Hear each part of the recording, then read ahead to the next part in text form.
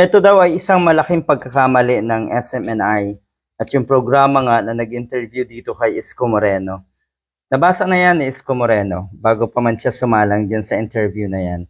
Akala niyo siguro lahat ay kaya niyong utuin, bulahin at pasunurin. Hindi ang isang Isko Moreno.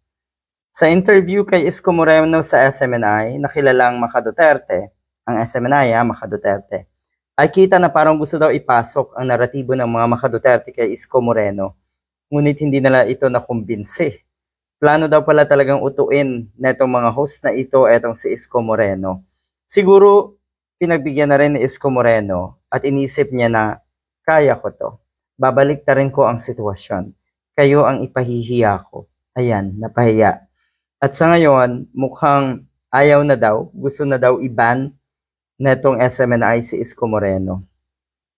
Huyo kasi dyan sa SMNI. Pinagbigyan lang kayo ni Isko para makita nyo kung ano yung dapat na trabaho at ginagawa ng mga ganitong klaseng istasyon. Kailangan wala kayong or hindi kayo bias. Yan ang nangyari. Kayo ang naibulgar. Kayo ang pinahiya ni Isko Moreno. Hindi daw nakuha ng SMNI. Ang gusto nilang marinig kay Isko Moreno tungkol kay PBBM. Gusto kasi nila syempre siraan ni Isko Moreno. Si PBBM ay pawang katotohanan ang kanilang narinig.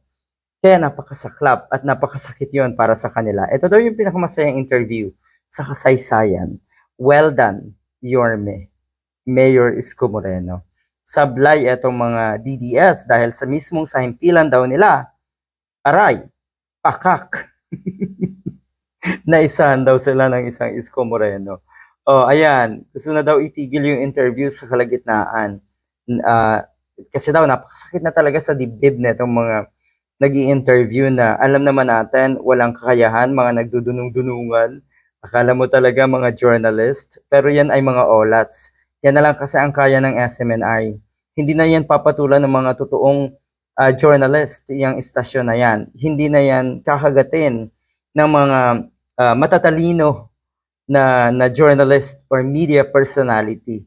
Hindi na. Ang papatol na lang dyan ay yung mga pipitsugin, mga vlogger na ewan kung saan ang galing at kadalasan ay nagmamarunong lang.